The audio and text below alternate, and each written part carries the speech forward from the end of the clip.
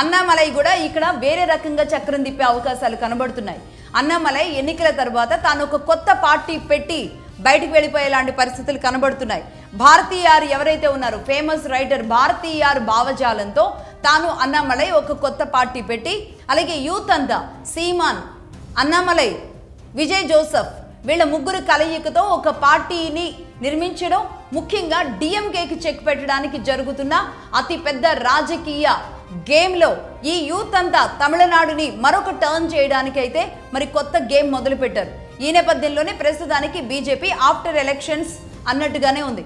So మొత్తంగా ఇక్కడ BJP advantage ఏంటి అంటే, ఎలక్షన్ తర్వాత ప్రస్తుతానికి యాజ్ ఆఫ్ నౌ గ్రౌండ్లో తను రాజకీయం చేయకపోయినా ఎలక్షన్ తర్వాత తన రాజకీయాన్ని మార్చగలిగే శక్తి అయితే ఖచ్చితంగా బీజేపీకి ఉంది. బట్ బీజేపీ ఎలా ముందుకు వెళ్తుంది ఆ తర్వాత అనేది ఒకటి చూడాలి.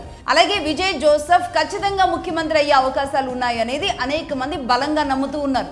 సర్వేలంతా తనకి పర్సంటేజ్ తగ్గిస్తూ చెబుతూ వస్తున్నా కానీ విజయ్ ఎజెండా నేను ఇంతకు ముందు చెప్పినట్లుగా డైరెక్ట్ సీఎం అని మాత్రమే ఉంది.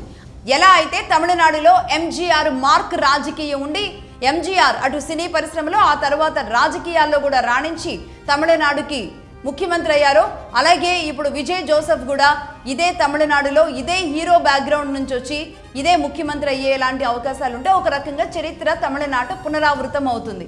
అలాగే దక్షిణాదిలో ఎన్టీఆర్ తెలుగు రాష్ట్రాలకి ఎలా ముఖ్యమంత్రి అయ్యారో అలాంటి పరిస్థితి మొత్తంగా మారేలాంటి అవకాశాలు ఉంటాయి.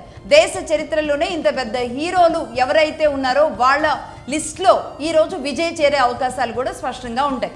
చూద్దాం మరి ఏం మారుతుంది, పరిస్థితి ఎలా టర్న్ తీసుకుంటుంది అనేది చూద్దాం. దీనికి సంబంధించిన ప్రతి అప్డేట్స్ కూడా ఎవ్రీడే ఈవినింగ్ మీకు అందించడానికి ట్రై చేస్తూ ఉంటాను. Keep watching Magadha news. This is Lakshmi signing off.